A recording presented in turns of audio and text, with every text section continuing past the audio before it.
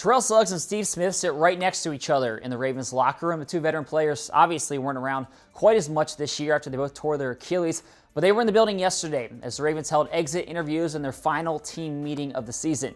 Steve talked with the media after that meeting, and he was asked whether he's spoken with Terrell Suggs as they go through the recoveries for the torn Achilles. Here's what Steve had to say. Suggs is a little vulnerable right now, so I'm not going to talk to Suggs about it. He's not a ray of sunshine like he usually is.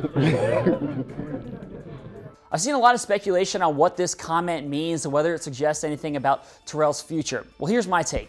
It's no big surprise that Terrell isn't quite as happy-go-lucky after the injury. Would you be in a great mood if you were recovering from a torn Achilles, especially if it were the second time in the last 4 years that you've been going through that long process? Of course not. These are guys who are used to competing at the highest levels, and it's incredibly difficult to have that taken away, especially if you're a guy like Terrell Suggs who's in the late stages of his career. He wants to play, and it's not like Steve Smith and Terrell Suggs are calling each other every day to check up on each other to see how they're doing during the recoveries. Let's go back and look at this. Here's what Sizzle told Kevin Byrne when he was asked about how tough it was to watch this season from a distance. Terrell said, "It's like being in Baines prison with your back broken, watching the city in turmoil." That gives you a little bit of an insight into the way Terrell Suggs was thinking this year. And the Ravens expect him to be back next year, and I expect him to return incredibly motivated to have a big season. Now, I'm sure this will come up during the season review press conference on Thursday with Steve Bisciotti, Ozzie Newsome, John Harbaugh, and Dick Cass. That's going to be at 2 p.m. Thursday, and